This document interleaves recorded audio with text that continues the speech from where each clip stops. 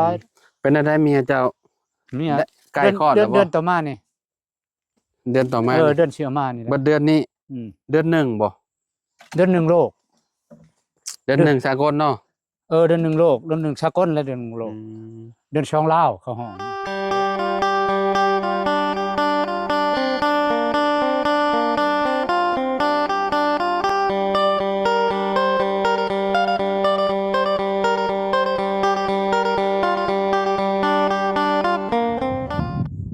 กราบสบายดีสวัสดีพ่อแม่พี่น้อง FC บัสสุขุสุคนเนาะบ่ว่าสิอยู่ใน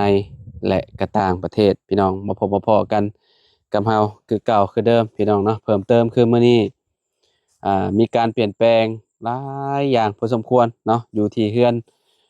พอตู้ปืนเก็บพี่น้องเนาะหรือว่าพอตู้น้อยนั่นแหละพี่น้องเนาะก็เข้ามาหาเพิ่นในรอบโมเมนต์เกือบเดือนแล้วบ่จักพี่น้องเนาะบ่ได้เข้ามาหาประตูเพิ่นเนาะโอเคเดี๋ยวไปพูดคุยกับประตูเพิ่นก่อนเนาะเพิ่นใกล้สิคลอดแล้วบ่ลูกเพิ่นเนาะโดยพี่น้องเอ้ยเนาะโอ้คักเด้นี่สวนพอเพียงเราได้นี่เห็นน้อยเดียวห้ามเลยพอได้กินนี่มันน้ำมันอยู่ใกล้แท้พูดพ่อยพูดสบายดีโดยอยู่ดีมีแฮงอยู่บ่เนาะดีมีแห้งขออนุญาตเด้อพอเด้อเจ็บบ่ได้ใครบ่มีโดยบุญวาสนาของพ่อเป็นอันนี้คนช่างพี่หักมันเบิ่งมันแย่งมันบ่เจ็บบ่เป็นแบบนั้นน่ะพ่อเนาะอ้าวนั่นได้เฮ้ยอันนี้ปลูกแต่โดนเติบแล้วนี่เนาะบ่โดนบ่ได้บ่ฮอดเดือนได้ประมาณ3อาทิตย์หั่นนี่ได้บ่ได้เข้ามาก็โดนเป็นเดือนเลยได้นี่เนาะอ้าวนี่ฮดคือเจ้าหอมผักกาดตดแล้วว่านี่บ่แม่นบ่ผักกาดแบบนี้ผักกาดตดนี่นะพอมักนั่นผักกาดอันหื่นนั่นแหละพี่น้องเนาะหางมันบ่ทันตดซ้ำน่ะมันอันนั้นมันยังน้อยมันบ่ทันอันน่ะเจ้าบ่ได้ใส่ปุ๋ยใส่หยังบ่นี่บ่ได้มีแต่ขี้ไก่ใช้เทื่อเดียวได้ธรรมชาติเนาะใช้ขี้ไก่เทื่อเดียวสุดยอดพี่น้องเอ้ยเนาะปลอดสารพิษคักแน่เลยนี่เนาะพอบ่ลิ้นปุ๋ยน่ะมันบ่อยากกินปุ๋ยละจะปลูกธรรมชาติก็ดีแล้วจะบ่ต้องใส่ปุ๋ยใช่หยังปลูกพอได้กินนี่นะมันน้ำไก่นี่มื้อนึงช่องบัวต้นเช้าบัวนึงตะแลงบัวนึงพ่อพุ่นหิวมาแต่ค่อยแต่ไกลบ่ไกลแล้วบ่อนพอพาไปบ่อนขุดน้ำช้างพุ่นโอ้ไกลอยู่ซะเนาะค่อยซ้ำอีกขึ้นตะพังซ้ำอีกแล้วพี่น้องเอ้ยเนาะพูดมาเลยมันน้ำเลยนี่ฮะกระปลูกผักหอมจีนนี่ดันติดช้ำนี่ผักหอมเปบ่หอมเปแล้วพอหอมจีนเป็นได้มันน่ะโอ้ยกะหัวบ่ใหญ่ขุดกินแล้วบ่โอ้พอนี่บ่ได้กินดอกปลูกมีแต่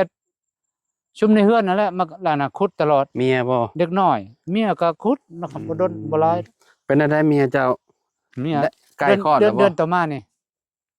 เดือนต่อมาเดือนเชื่อมานี่บัดเดือนนี้เดือนหนึ่งบ่เดือนหนึ่งโลกเดือนหนึ่งสากลเนาะเดือนหนึ่งโลกเดือนหนึ่งสากลและเดือนหนึ่งโลกเดือนช่องลาวเขาห้องเกิดแท้บ่ไปเอโกเบิ่งจักเทื่อแหละหลายไปแต่ละเดือนไปคู่เดือนได้บ่เจ้าฮู้แล้วบ่บัดนี้เพจแต่เจ้าบ่ว้าวขอบ่ถามมันขอบ่ถามมันยังปิดความลับอยู่บ่บ่ถามเจ้ายังบ่ถามอีกบ่ถามเขายังแล้วเมียก็บ่บอกให้เจ้าฟังอีกบ่เว้าเมียก็บ่เว้าข้อยก็บ่ถามมันเกิดมาหาครูเองนะชอบบ่ชอบบ่สนอยู่ไสตอนนี้เมียอยู่เฮือนบ่แล้วบ่เราบ่ได้มานอนนี่บ่มิดผลเลยตอนนอนให้มันเกิดก่อนเกิดลูกก่อนให้ลูกชิ้นใหญ่ๆก่อนนี่เฮาอยู่2คนเฮาบ่จะขับมันอยู่เดียวนี่ค่อยต้องไปยังให้มาสมมุติว่าลูกออกแล้วจังมานอนอยู่พี่ออกแล้วมันสิแข็งๆนั่นนึงประมาณเดือน1 2เดือนจะบ่ได้ตัดผมแต่ตอนนั้นบ่นี่เป็นอะไรจากจงผมยาวบ่ได้อยากจงแล้วมันบ่มีตังค์น่ะตัดผมก็มีตังค์ได้ให้คนในบ้านตัดให้เด้ตู่ผมเพิ่นพี่น้องเนาะเจ้ายอมนำบ่ยอมแล้วบ่ยอมนี่ขาวบ่ได้ว้าวเนาะจนโพนมาแล้ว เห็นบ่มันยาวเพิ่นมันขาวย าวหลีผมเจ้าอ่ะพี่น้องเอ้ยเนาะ ยามัน ย้ายไม้และคอกเนาะคอกไก่คอกกาเนาะ ง่าย ไปอยู่ แล้ว หม่องใหม่แล้ว พอผลักดันแล้วบ่ได้เด้นอนโอ้ย ให้หลายบ่พอ จักมันคันไปช่างแล้วนอนอยู่คันอยู่อย่างเงี้ยครับเป็นไห้เป็นขี่เป็นหยังมันก็คือโอ้ยบ่ได้เว้า อ่า คอยเมียนคู่มือขี่มันจังอยู่ได้ อื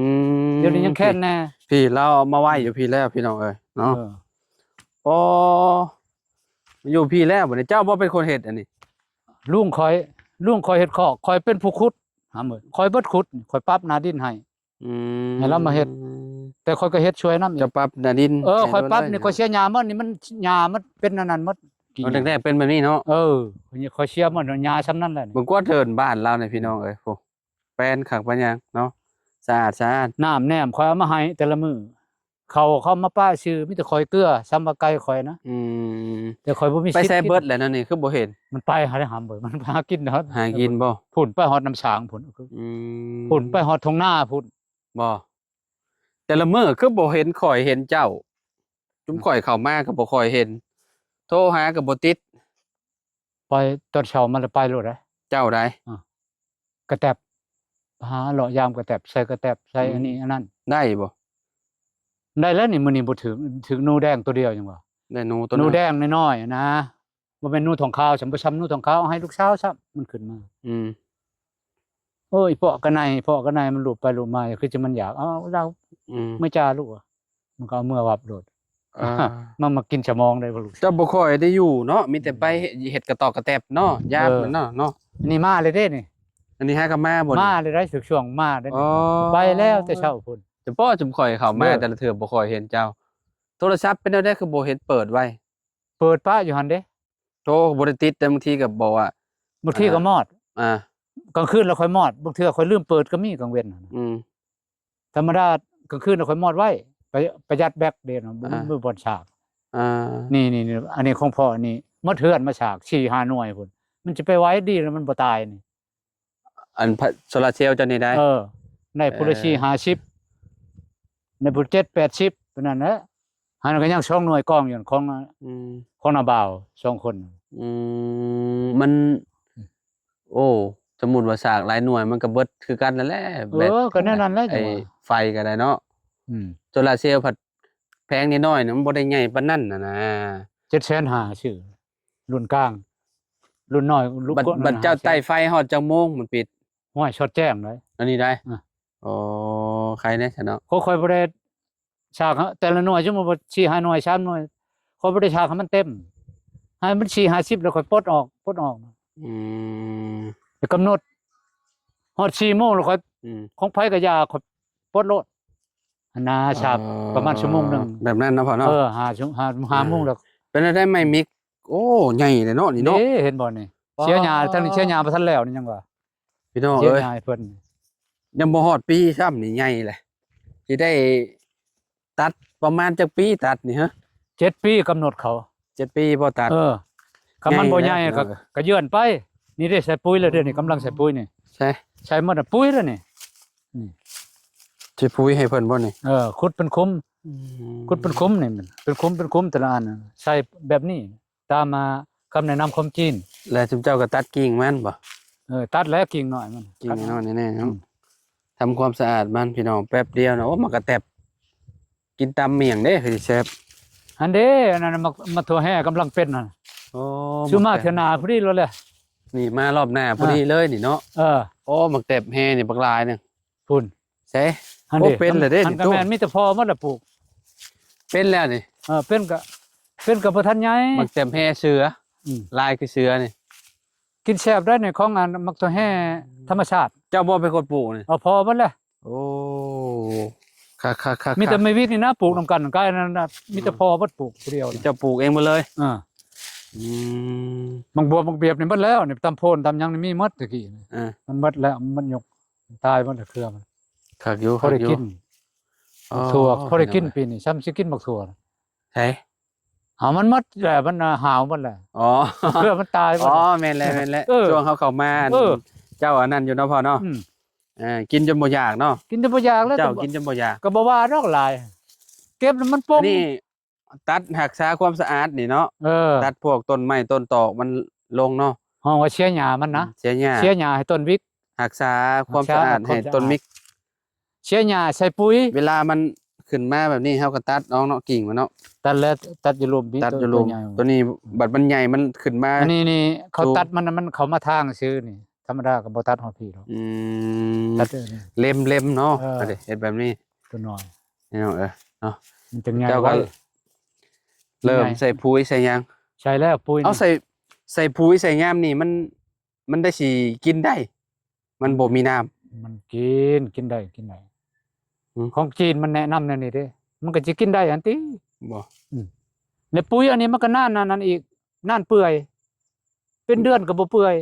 มันอยู่ในพื้นดินนั่นแหละเนาะ เป็นก้อนอยู่จะขุดเบิ่งโลดยังเป็นก้อน อืม ใช้เป็น2-3อาทิตย์เลย อืม ปุ๋ยแข็งอันนี้ปุ๋ย อืมเฮ็ดอยู่เฮ็ดกินอยู่เฮือนเจ้าของคือเก่าบ่เข้ามานี่ นี่กะลางคือเก่าอันเนี้ย เจ้าหาได้ ยังว่าจังได๋เฮือนครัวนี่บ่มีปัญญานี่ ยังได้เฮือนครัว ตัดไม้ก็สิหาคนครัวจะมันไกลลิไม้ก็แบกมาก็บ่แม่นง่ายนี่เช้าชั่วโมงนี้นะโอ้ อ๋อเจ้าอยากเฮ็ดเฮือนครัวบ่ อยากเฮ็ดแล้วต่อออกนี่ต่อออกเกยนี่นะ อืม ประมาณ2เมตร2เมตรคูณ3เมตรต่อออกมา เพื่อลูกเมียอัน เออ คลอดลูกเนาะคลอดลูก เออ แล้วก็มาอยู่พี่เนาะ เริ่มต้น5ไม้เลย อืม ชอบไม้ก่อน อืม ชอบไม้ชอกเสา อืม เสาจากช่องเสาก็ได้แล้วนะเพราะว่าตอกติดธนาคารมันข้างหนึงตอกติดข้างคือเสาเฮือนนั้นอย่างนั้น อืม เฮ็ดกระเทิบลงไปเด้อเทิบมาฮ้อนน่ะมันต้องใช้4เสาดอกตัวเทิงก็ตีโมะใส่หั่นก็เดไม้ออกมาพุ่นมีบ่มีสังกะสีก็เอาแพร่บอกแพร่บาทชื่อตลาด อืม คันมีเงินก็ เมียชื่อสิท้องไงของมันเนาะ ใหญ่แล้ว ไปเฮ็ดเวียกหยังก็บ่ได้แล้วเนาะ บ่ได้เฮ็ดเวียงอันตักน้ำยังได้อยู่เลยเราตักอยู่เลยนะ อ๋อตั้งน้ำตั้งได้อยู่ ตักน้ำ เดือนใกล้คลอดเฮ็ดเวียกเต็มที่แล้วเหรอวะเนาะ บ่แล้วตามอืม แพทย์แนะนำเขาก็บ่อยากให้เฮ็ดเวียกหนักอันท้องใหญ่ล่ะ เดือนคลอดก็กำหนด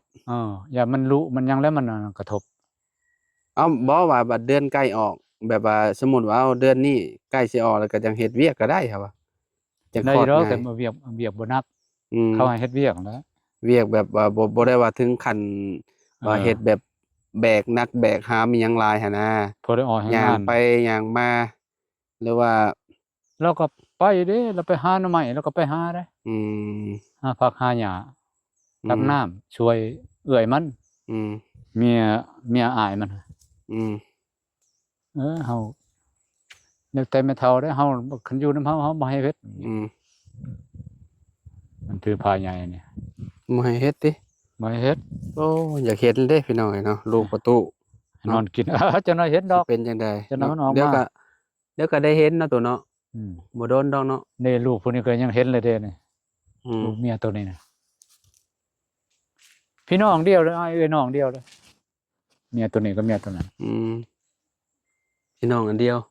พี่น้องกันเอาบ่แม่นยัดตีนยัดหัวกันออกดอก โอ้น่ะดอกกระเจี๊ยบคืออันนั้นบ่แลนั่นนี่มันคือใบมันคือหล่นบ่แลตุ ล้นแล้วมันแก่แล้วครับ โอ้ค่อยสิเอาหมากมันมาปลูก เอาโลดเอาก็ตัวน้อยพูดไปหาเอากกใหญ่ ดี พูด เด้ มันถึงสมบูรณ์ สมคักอี พอได้ป้าได้หยังก็พอก็เอาหมากไม่ได้ต้มใส่ พอเอาหมากมาไว้เด้อพอเด้อ เออ นี่ ป้ามันนั้นหา นี่ ว บ่ ก่อน ไงมันน่ะ อืม ปอมันแก่บ่แล้วนี่ ได้อยู่นี่ ก็กันมันหาวก่อน นี่ มันหล่นออกบ่แล้วนี่ แม่นแล้วนี่ บ่ติงมันบ่ลดง่ายดอกคันบ่ติง มันสิเอาในมันไปหวานเอา จักหน่อยปิดไว้นะ ปิดไว้แล้วมาหวาน ปิดไว้แล้วสิขอเอาแต่ในมัน เจ้าขอเอาหน่อยเด้อ อืม มาเลยเฮาสิมาเอาน้ำเจ้าเด้ออ ม ขอน้ำเจ้านี่แน่พี่น้อง เจ้าคือบ่เก็บต่างแห้งแม่น เฮ็ดหยัง ไว้ต้มกิน เป็นซั่นบ่ โอ้ดี สิหยัง ดีหลายอย่างเลย เสริมสมรรถภาพทางเพศบ่ ฮะ เสริมสมรรถภาพทางเพศ จักแหละ ฮะ บ่มันมีอยู่อันนั้นน่ะ แบบว่า พวกหมอพื้นเมืองก็จะสิฮู้ดอก ต้นกระเจี๊ยบนี่ใช้แบบรักษาหยัง นี่เขาเว้าอยู่ TikTok มื้อนั้นข่อยเบิ่งติดตามมันข่อยลืม กินกับเกลือกับหยังก็แซ่บกินกับ มี แจ่ว 3อย่างครับผู้ชมกันน่ะมีขิงจักอันหยังอีก อืม อันนี้กระเจี๊ยบนี้ขิงแล้วก็ยังอันหนึงอีก เขาว่าดีจังน่ะ โตหลายแฮงเลยอยู่ภาคนั่นก็เต็มอยู่ เพิ่นเด้พุ่นอันนั้นทบ สิออนเด้ พุ่น จากเอาเมื่อ นี่ตัวนี้ก็ลง แช่น้ำกินเด้สิจักต้มแช่น้ำกิน จังหน่อยสิเก็บไว้ดอกนั้นมันสิหล่นจังหน่อย เจ้าเก็บตากเมียนรอดนี่ดีกว่าเจ้าปลาแบบนี้ ปลาแบบนี้จังนั้นมันหล่นลง มันก็บ่คักเลย มันหล่นก็บ่คักแล้วปีหน้ามันก็โป่งอีกหรอกผมมันหล่นก็ได้ แม่นล่ะ อืม โอ้มันอ่ามีประโยชน์หลาย ลูก ต้ สาวน นี่ ไป นะ วิตามินซีสูงบ่จักสมๆแบบนี้เนาะคักอยู่ได้พี่น้อง วิ เอ้ ตามิ ย นซีเลยรสชมวิตามินซีอาเบเช อืม เชตุชีนี่เบิ่งกูกล้วยพอตัวนี้สิมากเลยควายมาเฮ็ดมันขึ้นใหม่อีกนะ พวกมันพวกหยังเราก็เต็มอยู่พี่น้องเอ้ยเนาะหัวก็คือบ่ใหญ่ปานใดประมาณ3แขน บ่ช้ำนะ แม่นบ่ ช้ำน้ำพอกน้ำผ้าอันนี้ อ๋อนี่เด้นี่ อืม นี่เนาะ อืม นี่ โอ้ รุ่นนั้นแหละ นี่ ยายกว่าหันก็มี นี่เอามือหมุกกินแซ่บเลยนี่ เอาแม่คุณแม่หาคุณเอาแม่ นี่เอามือเผากิน หาคุณแม่เนี่ย นี่พี่น้องเอ้ยนี่ อันเด็ดเชียมอยู่กลาง พอดีเลยนี่บ่แล้วมื้อหน้าบ่แล้วมาหาเจ้าแบบ เวลาว่างๆแบบเดี๋ยวก็มาเผากินน้ำเจ้าเลย เผากินเลย มานั่งกินเผา เออ นั่งนี่ย่างกิน เขาคุณนี่บ่มีแต่น้องแต่นุ่งนั่นคนนั่นเลย เห็ดหวาน คนใน กิน บ้านนี่ คั ได้ ก กิน เลยพี่น้อง พอบ่ทันได้กิน นี่ ผู้ปลูกนี่ โอ้ ปลูกเบิ่งปลู พ ก อดี งาม กินได้ จัง สำนี้น่ะเห็ดหวาน อืม ต้มหวานมันต้นคักอยู่นี่ แซ่บแล้วมันต้น พี่น้องเอ้ยนี่พอดีงามเลยเอาตัวเนาะ นี่แม่นแล้วนี่แตกมานี่ มายามใดก็คือเก่าพี่น้องประตู เฒ่าแล้วเฒ่าก็เก่าแล้วโอ้ยอย่าว่าคือเก่า ยังรอคือเก่าอ่า มาเล่นเชโนอยู่บ่มีตังค์นี่ ยังบ่ฮู้เพศลูกอีก เก็บความลับขนาดเลยล่ะบ่ยอมบอกอีก อ่ามาพี่ตุ เดี๋ยว สิเอามีให้กินนี่ เดี๋ยวก่อน มาเด้อ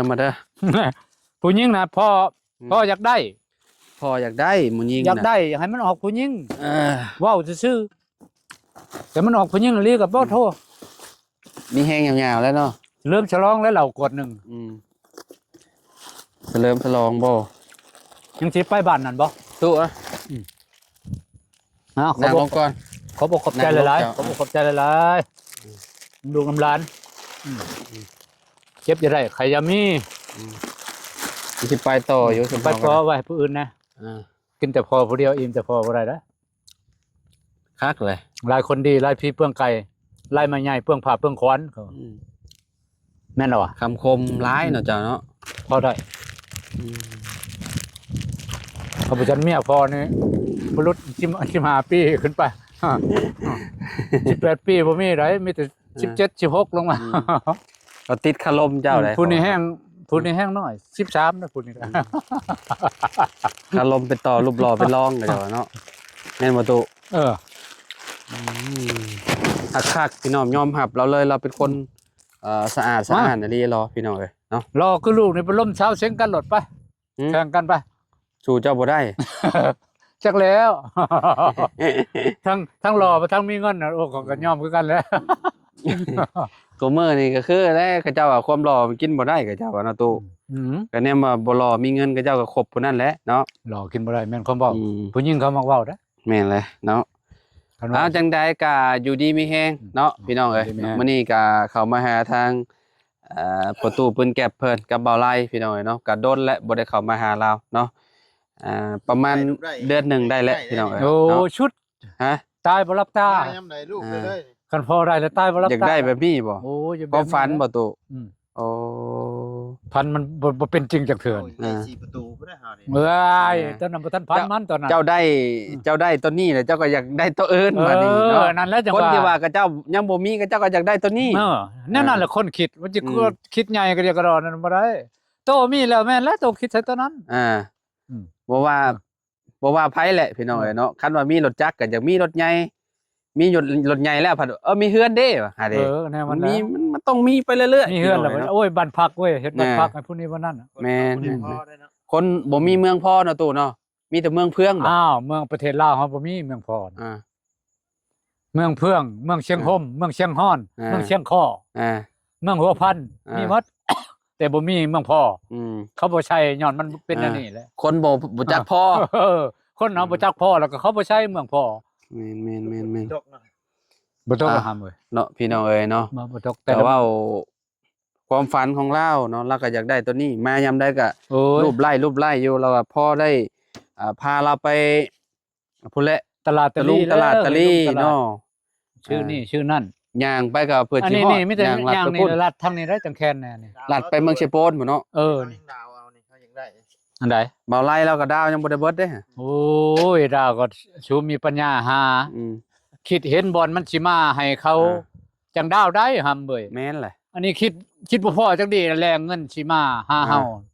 สิไปด่าว่าเขา5 ปีก็บอกเขาว่านั่นจะเขาไม่เอาคืนหลาย บ่ฮอด5ปีซ้ำ อืม เขามาเอาโลด เขาเอาได้เห็นบอลหลายๆเขาว่านี่เท่านี้เท่านั้น อืม เขาอันนั้น ประมาณ 2-3 เดือนเท่า เอ นั้น อโฆษณาใน TikTok หั่นเขาว่ารถมือชองมีแต่เขาไปยึดคืนยึดหยังกันนะ แม่น คน แม่น บ่มาใช้มาหยัง แม่น เขาเว้าเขาฟังเขา บางคนน่ะ2เดือน3เดือนบ่ได้ถอกก็เจ้าก็ บ่ทอกจัง มา ดี แล้วก็เจ้าก็มาเอารถเมื่อแล้ว มันจะไปฮอดปีว่าลงเดือน มาฮอด แม่นแล้วแม่นความแล้ว อืม มันปีดอก เขาว่าให้ถอกเป็นเดือน แม่นแหละเอาจังใดก็เนาะเป็นกำลังใจให้เนาะพอตู้บัดลูกออกมาได้กินเหือกินแห้งอาจสิได้ขี่รถ เบิ่งเฮือน คัน พอนี่มันก็เซ่ไปพุ่นเลย รู้ๆ เบิ่งเช้าเบิ่งแม่นี่บ่ได้ซื้อได้นี่ล่ะลม เซแล้วบ่ เอ้ามันเนื่องแล้วได้นี่ อ่า ลมมันกระเดียกกระดอกโพด ใช่เซแล้วบ่ อ้าว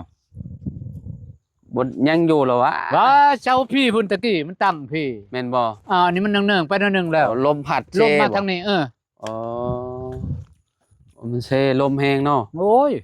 อืม อีต้นเมียป้อฝนตกคานขี้โคงคานบนนี่คานบนนั่นมันหัว อืม